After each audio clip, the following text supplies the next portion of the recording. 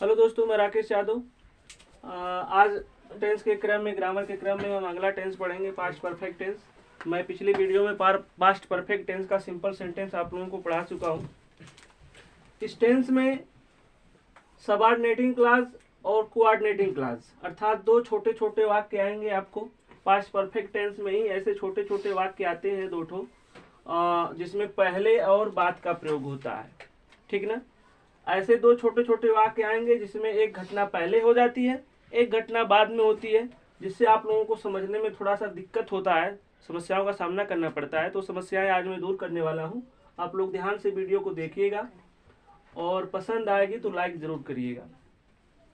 जैसा कि आप लोगों को लिखा है पास्ट परफेक्ट टेंस, पहला देखिए यहाँ पे ए सिंपल सेंटेंस में ही आता है जिसमें दो छोटे छोटे वाक्य रहते हैं।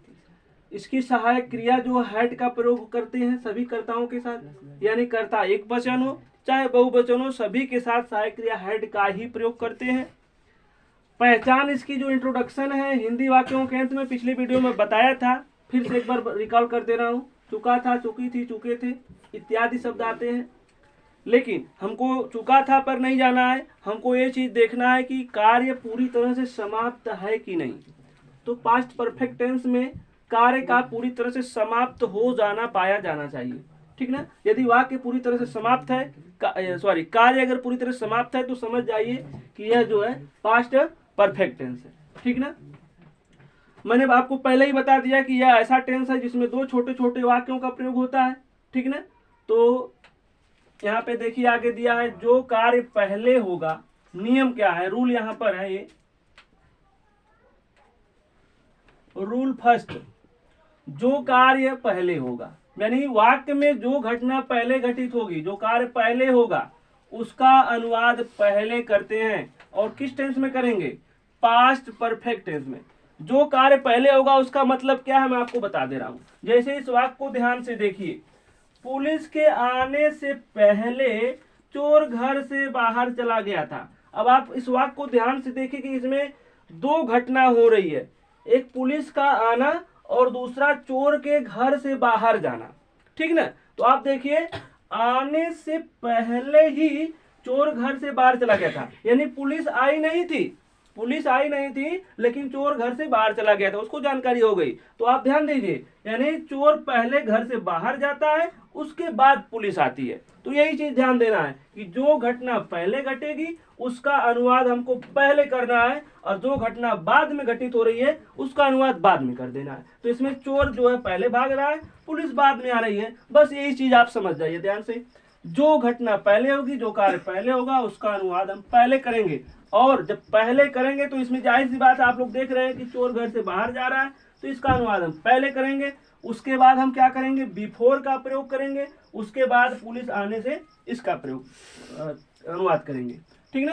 तो यहाँ देखिए, जो घटना पहले होगी उसका अनुवाद हम पास्ट परफेक्ट टेंस में करेंगे, ठीक ना। पास्ट परफेक्ट टेंस यहाँ पे मैं आपको बता दिया हूं कि जब वाक्य में पहले शब्द आए। अब आप देखिए, इसमें पहले शब्द आया है, क्यों भाई? पहले शब्द आया है तो हम इस नियम का इस्तेमाल करेंगे, पहले पास्ट परफेक्ट टेंस में अनुवाद बना देंगे जो घटना पहले हो रहा है पास्ट परफेक्ट टेंस में, ठीक ना। अब प्लस, यहाँ पे प्लस का निशान है, जो घटना बाद में हो रहा है उसको पास्ट इंडेफिनिट टेंस में बनाएंगे। सीधी सी बात है, जो घटना पहले होगा उसका अनुवाद पहले करेंगे, लेकिन पास्ट परफेक्ट टेंस में। यहाँ पे मैं लिख दिया हूँ पास्ट परफेक्ट टेंस। और जो घटना बाद में हो रहा है उसका अनुवाद बाद में करेंगे, पास्ट इंडेफिनिट टेंस। क्लियर है? कोई दिक्कत किसी को? चलिए, जो घटना पहले, अब इसमें इसका अनुवाद पहले करेंगे पास्ट परफेक्ट टेंस में, इसका अनुवाद हम बाद में करेंगे पास्ट इंडेफिनिट। मैं दोनों का अलग अलग नियम भी बता दिया हूं। देखिए, पास्ट परफेक्ट टेंस में जब इसका अनुवाद करेंगे तो उसका फार्मूला क्या है, पास्ट इंडेफिनिट में करेंगे तो उसका फार्मूला क्या है, मैं दोनों लिख दिया हूं। थोड़ा छोटा छोटा है क्योंकि ब्लैक बोर्ड ज्यादा बड़ा नहीं है, इसलिए मुझे छोटा छोटा लिखना पड़ता है, और चीजें ज्यादा हैं, ठीक ना, मैटर ज्यादा है। तो थोड़ा सा आप लोग, वैसे मैं साफ लिखा हूं, आप लोग स्क्रीनशॉट भी ले सकते हैं इसका, ठीक ना। कोई दिक्कत है तो फिर उसको बताइएगा। चलिए, सबसे पहले पास्ट परफेक्ट टेंस में करेंगे, जो घटना पहले हो रहा है तो सबसे पहले क्या लिखेंगे? पहले सब्जेक्ट का प्रयोग हमको करना है, उसके बाद सहायक क्रिया सबके साथ हैड का ही प्रयोग करना है। इसमें यही आसानी है कि इसमें सभी कर्ताओं के साथ, चाहे वह सिंगुलर हो चाहे प्लूरल हो, सबके साथ हैड का ही प्रयोग करना है। और मेन वर्ब का थर्ड फॉर्म लिखेंगे, इस टेंस में मेन वर्ब का थर्ड फॉर्म का प्रयोग करते हैं, उसके बाद ऑब्जेक्ट और अदर। चूंकि पहले लगा है तो बिफोर का प्रयोग कर देंगे, जब एक वाक्य समाप्त हो गया तो बिफोर का प्रयोग करेंगे यहाँ पर। उसके बाद फिर पास्ट इंडेफिनिट में इसका करना है, तो यहाँ पे पहले फिर से एक वाक्य है, चूंकि अब देखिए कर्ता 2 बार लिखना है, पहले इसका करता है और सारी चीज लिख देंगे, फिर इसका सारी चीज लिखेंगे, तो फिर से सब्जेक्ट लिखेंगे पास्ट इंडेफिनिट टेंस वाले का, और मुख्य क्रिया का सेकेंड फॉर्म लिखेंगे। आपको पता होगा जब मैं पास्ट इंडेफिनिट टेंस पढ़ाया था तो उसकी सहायक क्रिया आपको बताया था डिड थी। पास्ट इंडेफिनिट टेंस की सहायक क्रिया क्या होती है? डिड होती है। लेकिन डिड का प्रयोग हम लोग कब करते हैं? जब वाक्य नकारात्मक या प्रश्नवाचक था तब, ठीक ना। ख्याल करिए, जब पास्ट इंडेफिनिट में पढ़ाया था तो उसकी सहायक क्रिया डिड थी, और मैं कहा था कि डिड का प्रयोग तभी करेंगे जब वाक्य बिल्कुल निगेटिव होगा या प्रश्नवाचक होगा। जब वाक्य सिंपल होता है तो डिड का प्रयोग नहीं करते हैं। तो आप देख लीजिए, पुलिस के आने से पहले, पुलिस का आना कैसा है? बिल्कुल सिंपल है, तो इसमें डिड का प्रयोग हम नहीं करेंगे। जब डिड का प्रयोग नहीं करेंगे तो क्या करेंगे?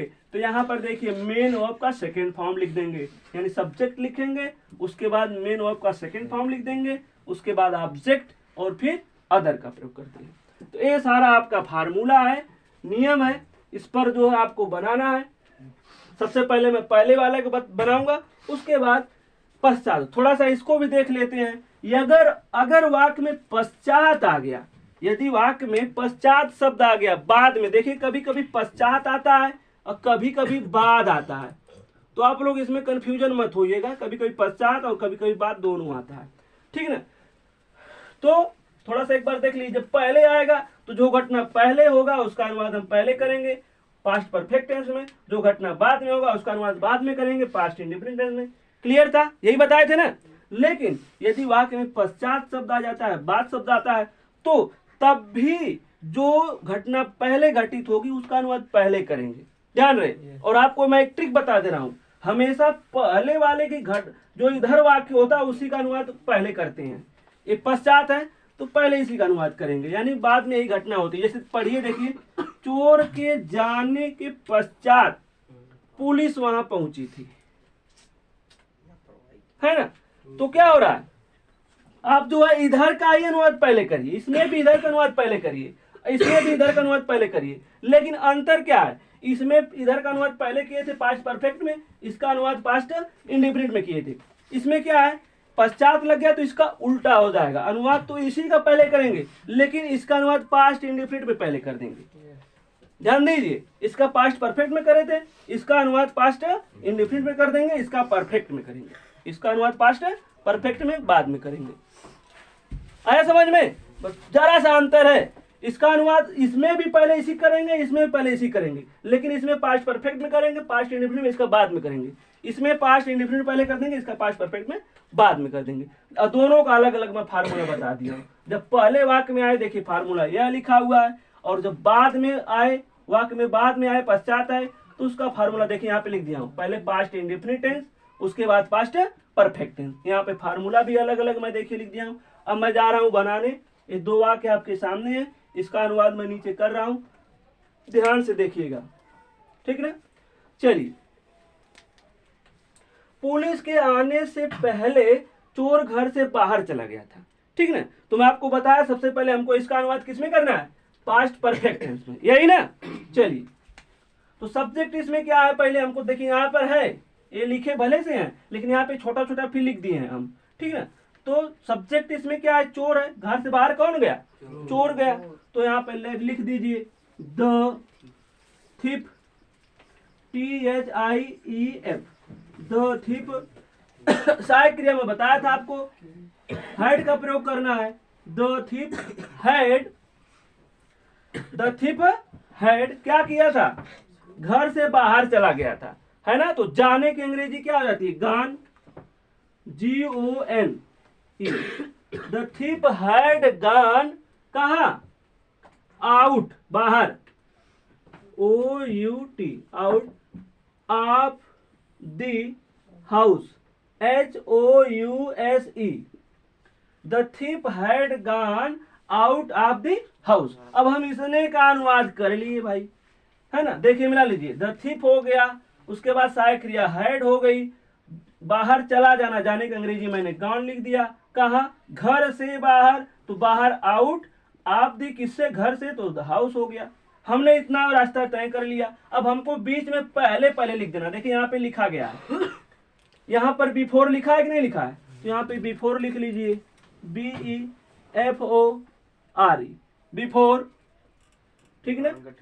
मैं नीचे लिख दे रहा हूँ, यहाँ बिफोर हो गया। अब इसका अनुवाद मैं नीचे लिख दे रहा हूँ, ठीक ना? अब इसका अनुवाद देखिए, यहाँ तक हम रास्ता तय कर लिए, पास्ट परफेक्ट टेंस का अनुवाद हमने कर लिया। अब इसी में इसका हमको पास्ट इंडेफिनिट टेंस में करना है, इतने से इधर का पास्ट इंडेफिनिट में करना है। तो बिफोर लिख लिए, अब इसका पास्ट इंडेफिनिट में कर लीजिए। पास्ट इंडेफिनिट का मैं फार्मूला देखिए यहाँ पे लिख दिया हूँ। पहले हमको सब्जेक्ट लिखना है। सब्जेक्ट क्या इसमें है? पुलिस है, तो लिख लीजिए the police, POLIC, the police.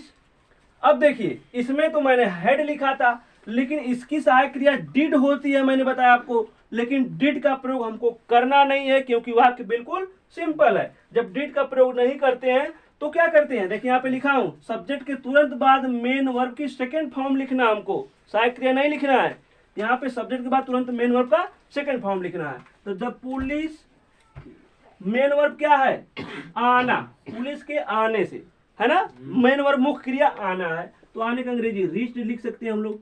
आने का मतलब पहुंचने या आना, दोनों एक ही चीज है। REACHED, द पुलिस रीच्ड, ठीक है? अभी कुछ बच रहा है? द पुलिस रीच आउट, कुछ है ही नहीं इसमें। अगर कुछ रहता तो इसके बाद हम ऑब्जेक्ट वगैरह जोड़ देते, तो ये हमारा एक सेंटेंस जो है कंप्लीट हो गया, ठीक ना जी। चलिए अब हम लोग दूसरा सेंटेंस देख लेते हैं, जिसमें पश्चात आया है। अभी मैं एक बार फिर से रिवाइज कर दूंगा, कोई दिक्कत नहीं होगी आपको।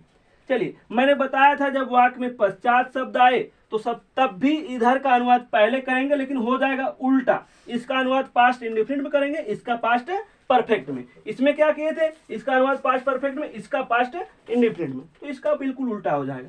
तो चलिए पहले इसका अनुवाद हम करते हैं पास्ट इंडेफिनिट में। क्या हो जाएगा? ये दूसरा वाक्य भाई, द POLIC, द पुलिस। अब देखिए इसका अनुवाद हमको पास्ट इंडेफिनिट में करना है, तो सहायक क्रिया क्या हो जाएगी? डिड, लेकिन डिड लिखेंगे नहीं क्योंकि बिल्कुल सिंपल है। तो पहुंचने का मतलब क्या होता है? फिर वही हो जाएगा second form reach, reached, reached, तो सेकंड फॉर्म रीच्ड हो जाएगा, है ना? The police reached, the police reached, ठीक ना? उसके बाद हमको क्या लिखना है? देखिए मेन वर्ब का थर्ड सेकंड फॉर्म हो गया, ऑब्जेक्ट लिखना है। ऑब्जेक्ट क्या है यहाँ पे? है ना? पुलिस वहां पहुंची थी, तो ऑब्जेक्ट इसमें वहां देखिए लिखा हुआ है, the police reached there, THERE, है ना? The police reached there. अब यहाँ पे क्या लिखना है हमको? देखिए एक वाक्य कंप्लीट हो गया यहाँ पे, ठीक ना? अब हमको क्या लिखना है? पश्चात लिखना है। पश्चात यहाँ पे देखिए मैं लिख दिया हूं आफ्टर का प्रयोग। यहाँ पे देखिए हमने क्या लिखा? सब्जेक्ट लिख दिया, मेन वर्ब की सेकंड फॉर्म लिख दिया, ऑब्जेक्ट में, ऑब्जेक्ट के रूप में यहाँ पे ऐसा कुछ है नहीं, ऑब्जेक्ट के रूप में वहां था तो मैंने उसको लिख दिया, अदर है ही नहीं। अब हम आ गए यहाँ तक, आफ्टर हमको लिख देना है, आफ्टर मैंने लिख दिया। इसके बाद फिर सब्जेक्ट लिखना है। अब देखिए एक वाक्य समाप्त हो गया, अब इसका सब्जेक्ट लिखना है फिर से, ठीक ना? तो सब्जेक्ट यहां से मैं लिख दे रहा हूं। सब्जेक्ट क्या है? किसके आने से, किसके जाने से पहले? चोर, तो हो जाएगा the thief, THIEF, the thief. अब सहायक क्रिया इसकी फिर से देखिए, यहाँ पे देखो दिया है, कहाँ गया? हाँ यहाँ पे मैं भूल गया हूं, देखिए हाइड लगेगा यहाँ पे, यहाँ पे हाइड लगा लीजिए। सब्जेक्ट के बाद उसके बाद हाइड लिखना है, आफ्टर वाला है ना, तो यहाँ पे सब्जेक्ट, उसके बाद हो जाएगा हाइड, द थीफ हाइड, क्या? जाने से, है ना? Gone, the thief had gone. अभी कुछ ऑब्जेक्ट बचा है क्या? ऑब्जेक्ट अदर नहीं बचा है। देखिए इसमें मैंने सब्जेक्ट लिख दिया चोर के, और हैड सहायक क्रिया जाने से यहाँ गॉन लिख दिया, अभी कुछ बचा नहीं है। तो इस तरह से आपका एक वाक्य भी कंप्लीट हो गया। एक बार फिर से देख लेते हैं। पास्ट परफेक्ट टेंस में जब दो छोटे छोटे वाक्य हो, है ना, पहले आए या किसी में पहले आता है किसी में बाद में आता है, दो छोटे छोटे वाक्य होते हैं, तो इनको अलग अलग करके हम लोग क्या करते हैं, बनाते हैं।